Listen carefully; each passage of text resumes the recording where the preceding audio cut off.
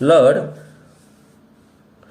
Chelmsford 1916-1921 Lucknow pact in 1916 between Congress and Muslim ହେଇଥିଲା ହେଲା କଂଗ୍ରେସ ମୁସଲିମ ଭିତରେ ଲକ୍ଷ୍ନୌ ପ୍ୟାକ୍ଟ ହେଇଥିଲା। ଆରାଇଭାଲ ଅଫ ଗାନ୍ଧିଜୀ 1915 ଚମ୍ପାରନ ସତ୍ୟାଗ୍ରହ 1917 ହେଇଥିଲା।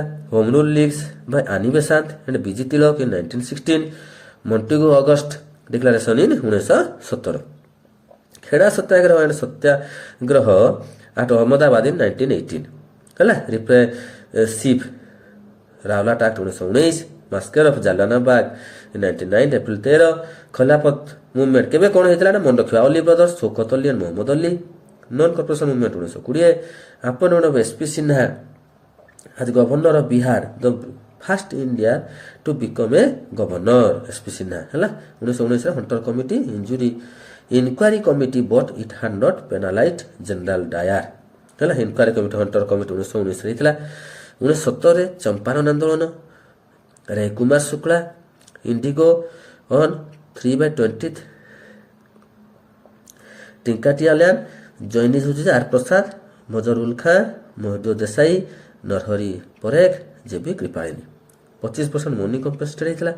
ଓଧର୍ସ କ'ଣ ହେଇଥିଲା ବ୍ରଜକିଶୋର ପ୍ରସାଦ ଅନୁରାଗ ନାରାୟଣ ସିହ୍ନା ରାମନବମୀ ପ୍ରସାଦ ଶ୍ୟାମଭୂଷଣ ବର୍ମା 1918 ଅହମ୍ମଦାବାଦ ମିଲ୍ ଷ୍ଟ୍ରାଇକ୍ ହେଇଥିଲା ହେଲା କେବେ 1918 first hunger strike rise in wages workers demand 50% mill owners 20% Anusuya Sarabhai sister of Ambalal Sarabhai one of mill owners president of Ahmedabad mill owners association founded in 1891 Anusuya Behen Ahmedabad textile labour association 1918 other foundation ହେଲେ କିଏ founders କିଏ ଥିଲେ ଗାନ୍ଧୀ ଶଙ୍କରଲାଲ ବ୍ୟାଙ୍କର Gandhi settlement 35% ହେଲା।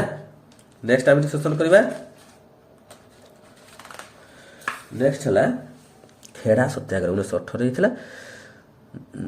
SBP Narhari Parikh Mohanlal Pandya Ravishankar Vyas Patel and କଲିସ organized tax revolt 1919 Montagu Chelmsford reforms ହେଇଥିଲା।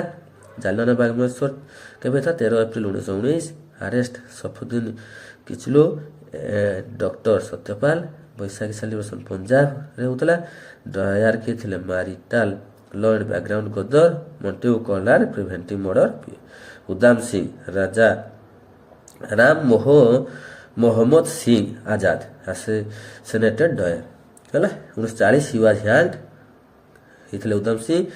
Gandhiji gave of the title Kaisar i Hind ପାଇଥିଲେ। R N. Tagore gave of the title knighthood ତାଙ୍କୁ ଦେଇଥିଲେ ସବୁ ହେଲା।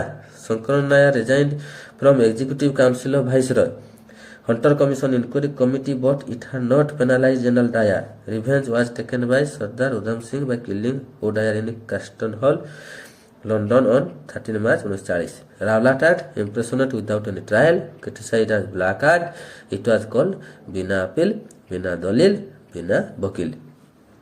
ରାଓଲାଟ ଆକ୍ଟ କ'ଣ କ'ଣ ହେଇଟା ଦେଖିବା extension of defence of India regulation act 1915